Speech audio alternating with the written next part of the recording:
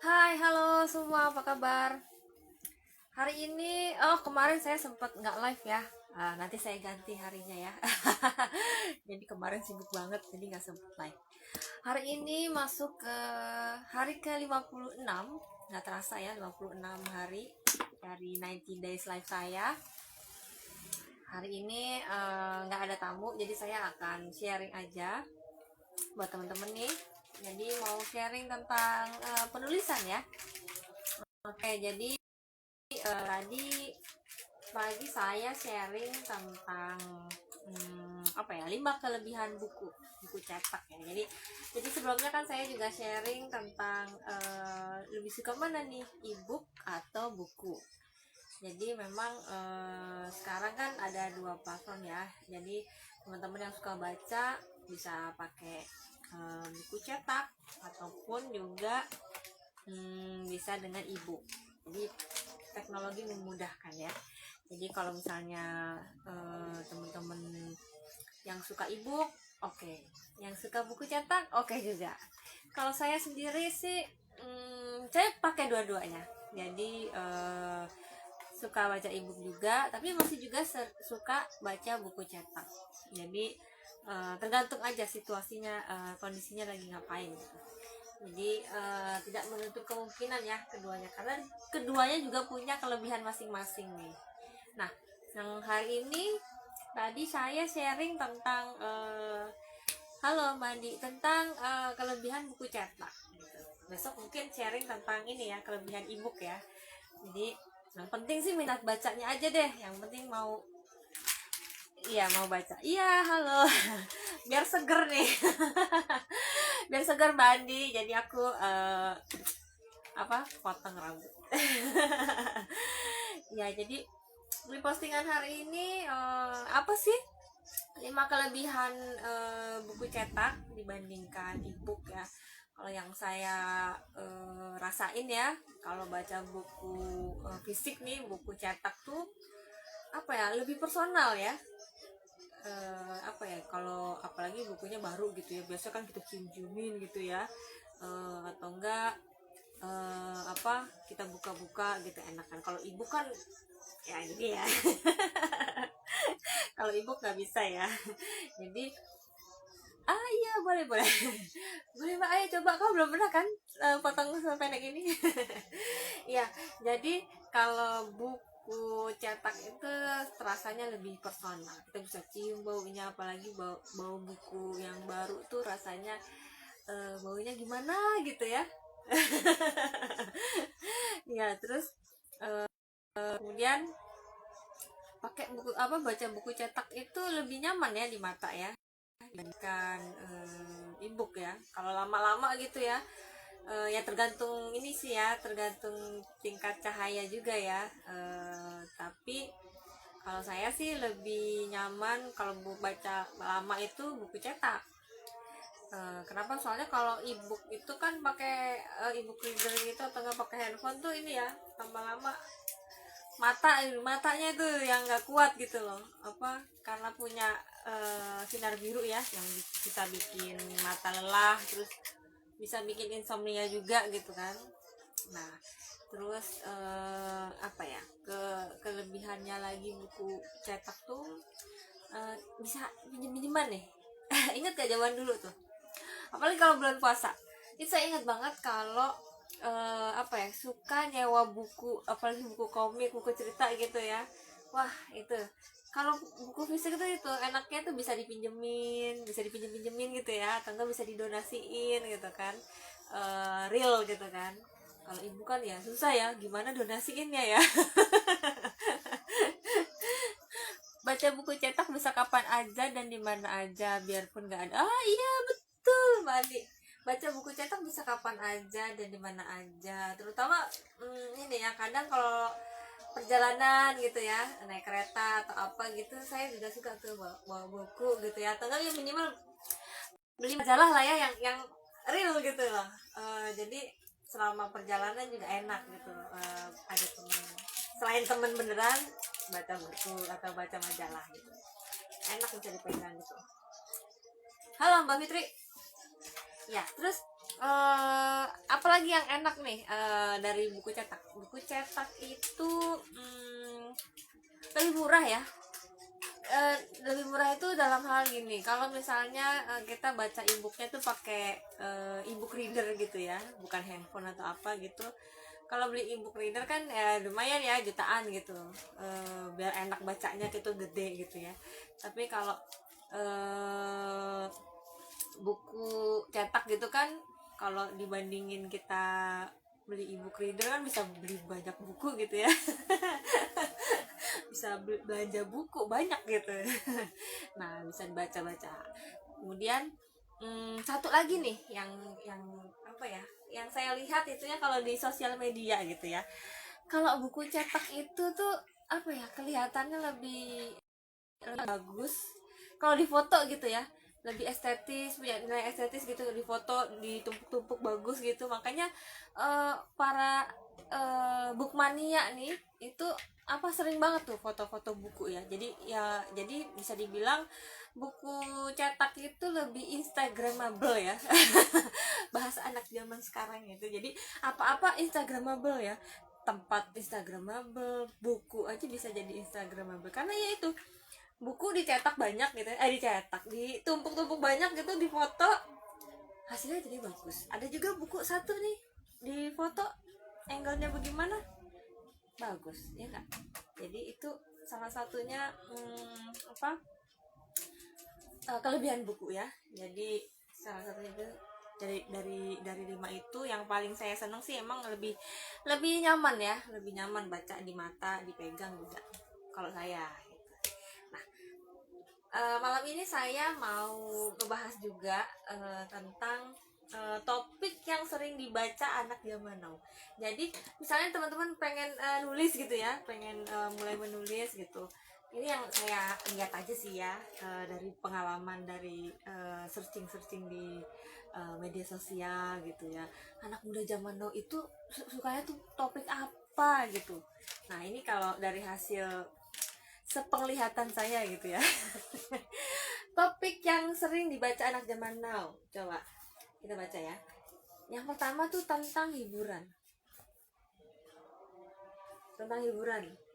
Jadi hiburan ini maksudnya bisa film, drakor ya, itu seneng banget. Terus musik, konser gitu kan. Nah jadi apa nih, Mbak Andi belum apa, buku cetak bisa jadi tempat menyimpan uang kertas. Masih kamu masih itu ya, nyimpen duit di selipin buku ya. Kayak ibu saya banget sih. Bulu ayam, oke, biar berangkat piani, bisa juga untuk simpan foto idol. Simpan foto idol beneran kamu cetak emang ya, kamu taruh di selipan buku gitu, bukannya taruh di handphone aja. Ya. Jadi oke, balik lagi ke topiknya tadi. Jadi salah satu yang yang menurut saya disuka anak zaman now itu topiknya itu tentang ya itu tadi, hiburan ya. Hiburan tuh bisa dari film, bisa musik, konser. Terus kalaupun musik misalnya review ya, atau film tuh di penulisan tentang review film, review drama Korea. Wah itu banyak banget tuh. Pasti seneng anak zaman now gitu. Iya ya, zaman kecil tuh ya, bulu ayam dipiara, ditaruh di selipan buku, katanya beranak gitu. Ya. Oke. Nah terus kalau musik itu, lanjut lagi ya mbak ya. Jadi kalau musik itu mungkin ini ya, tentang review album gitu, atau enggak rilis album baru siapa, atau misalnya K-pop, idol K-pop siapa lagi bikin rilis album baru. Nah itu salah satu penulisan yang disuka sama anak zaman now. Terus konser, nah siapa yang konser juga itu juga suka ya, karena ini berhubungan juga sama kebiasaan juga anak zaman now ya. Terus ada lagi yang unik nih, gosip. Jadi nggak cuma emak-emak doang yang suka gosip, anak zaman now juga suka gosip. Jadi terutama gosipnya tuh gosip-gosip yang tentang idol gitu-gitu ya, yang berhubungan juga dengan kesukaan mereka gitu. Terus satu lagi itu tentang kalau tadi tuh yang gosip-gosip itu mungkin disuka sama anak-anak cewek ya terutama ya. Nah kalau yang cowok nih, yang saya lihat tuh senangnya itu eh, review tentang game gitu ya, misalnya ada game baru atau enggak ada bocoran game baru gitu. Nah itu anak cowok tuh biasanya yang suka ya. Kemudian eh halo Mbak Jan. Ya kemudian topik kedua tadi kan hiburan ya, tentang hiburan ya, yang banyak disuka anak muda untuk ditulis gitu ya. Yang kedua itu tentang apa, hal-hal galau percintaan. Nah sering banget ya lihat di media sosial gitu kan, atau enggak ya di ya yang seliweran di internet gitu lah ya gitu. Topik-topik tentang percintaan itu seneng banget ya anak zaman now ya bikin apa, penulisan tentang itu. Nah, nggak apa-apa sih, saya sih mendukung aja selama selama masih mau berkarya ya, mau menulis gitu, mau tentang penulisan percintaannya yang galau atau apa. Tapi emang kebanyakan ya gitu, lagi galau terus menulis, jadi produktif ya, jadi kreatif gitu. Jadi menghasilkan karya. Siapa tahu ya dari kegalauan itu ya bisa menghasilkan karya-karya yang bagus. Karena para pemusik kita nih zaman dulu juga apa, banyak yang menghasilkan karya bagus itu dari kegalauan. Putus cinta bikin bikin lirik lagu gitu ya. Jadi yang bagus gitu. Ya nggak apa-apa. Yang penting bisa berkarya. Nah kemudian yang ketiga itu adalah tentang teknologi. Jadi anak-anak zaman now ini juga seneng banget penulisan tentang teknologi ya, gadget gitu. Misal ada gadget yang baru nih, nah itu reviewnya seperti apa, tampilannya apa gitu.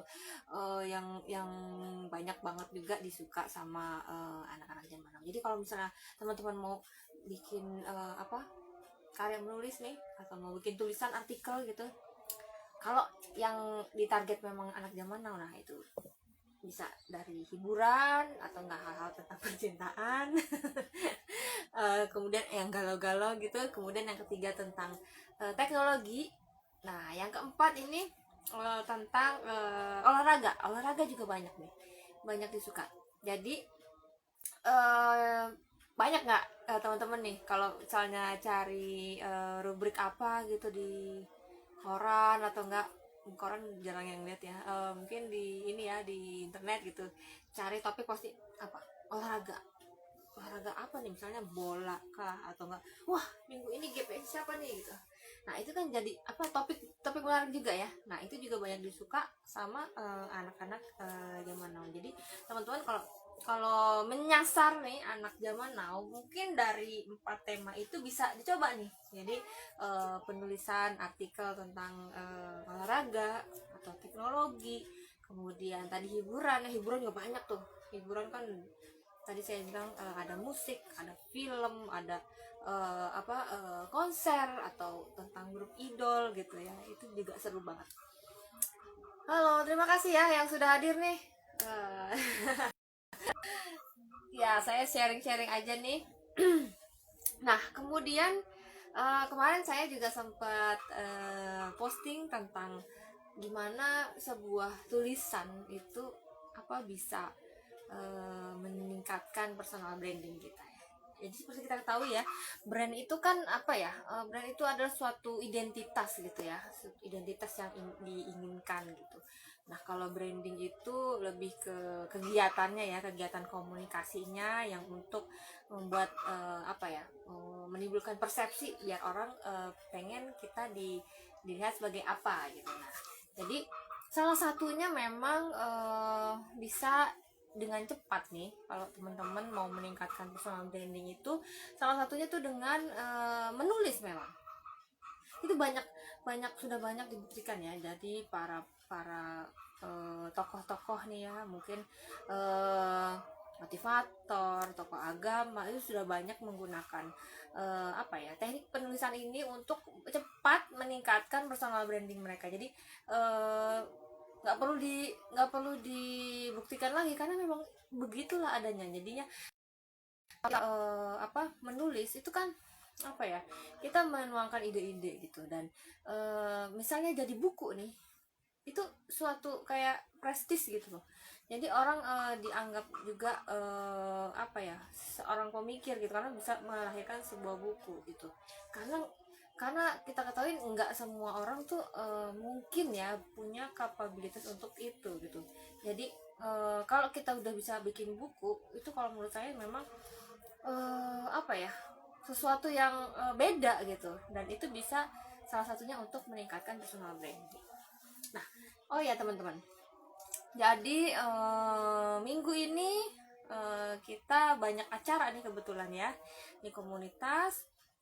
Tadi sore sudah webinar konten magnetik ya.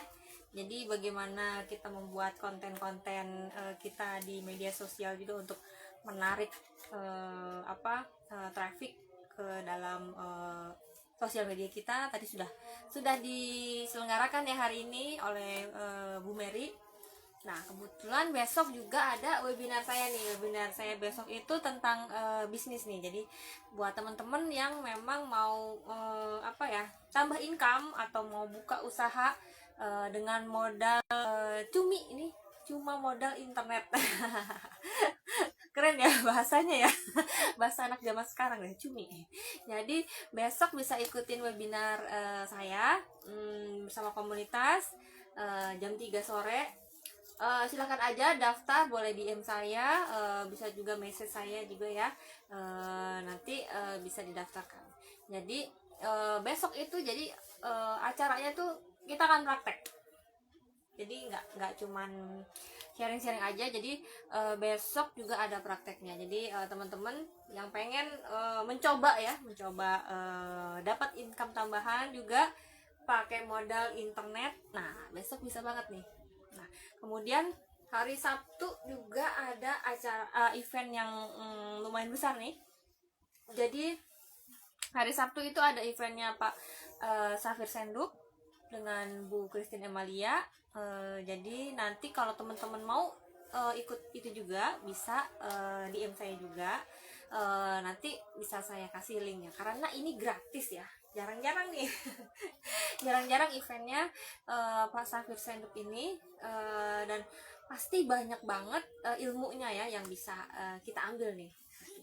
Jadi teman-teman jangan lewatin ya kesempatan ini, manfaatin aja mumpung gratis, semuanya gratis nih. Jadi webinar-webinar yang saya tawarkan ini gratis. Jadi memang kita dalam komunitas tuh ingin ingin membagikan ilmu-ilmu, sharing-sharing kita, terutama seputar kebiasaan kita, seputar yang kita kuasain. Jadi kalau teman-teman berminat boleh banget. Jadi nanti bisa DM saya. Oke, hari ini cukup sekian sharing saya. Sampai bertemu lagi besok. Terima kasih yang sudah join ya. Ada Mbak Jan, ada Mas Moni, kalau ada Mbak Neneng juga, terus ada Mbak Andi dan teman-teman yang lain. Terima kasih yang menonton rekamannya juga. Terima kasih banget ya. Sampai ketemu besok. Bye.